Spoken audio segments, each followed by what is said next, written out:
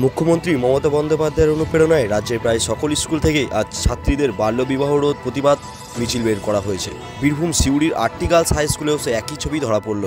ছাত্রীরা হাতে ব্যানার নিয়ে রাস্তায় নেমে প্রতিবাদের মাধ্যমে একটি শক্তিশালী বার্তা প্রদান করেছে, বাল্যবিবাহ বন্ধ করো। তাদের দাবি, সমাজে নৈতিক ও শৌখিক পরিবেশ সৃষ্টির পাশাপাশি শিশুদের অধিকার সুরক্ষিত করা জরুরি।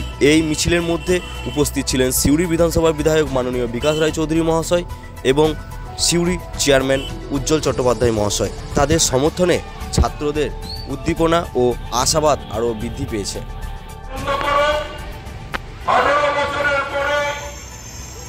নিজের মতামতের উপরে সে বিবাহ করুক এবং তার পরিবারও তার বিবাহ দিক, কিন্তু যতক্ষণ না 18 বছর বয়স হচ্ছে ততক্ষণ তার বিবাহ দেওয়া যাবে না এবং সেটা আইন বিরুদ্ধ, সেটা বেআইনি কাজ।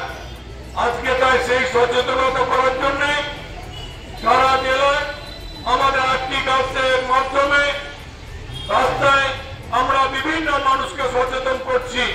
কন্যাদেরকে নিয়ে সেই কন্যারা আওয়াজ তুলবে, আমি জীবনে প্রতিষ্ঠিত হব, আমি জীবনে লেখাপড়া শিখব, আমি জীবনে আমার চলার পথ ঠিক করব, তখন আমার পরিবার আমার বিবাহ বন্ধন আমাকে আবদ্ধ করো।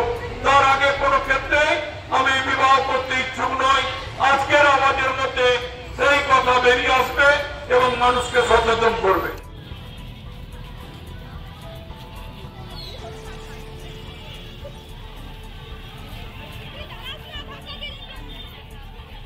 বাল্য বিবাহ রোধ করি, সুস্থ সবল জাতি গড়ি। বাল্য বিবাহ রোধ করি,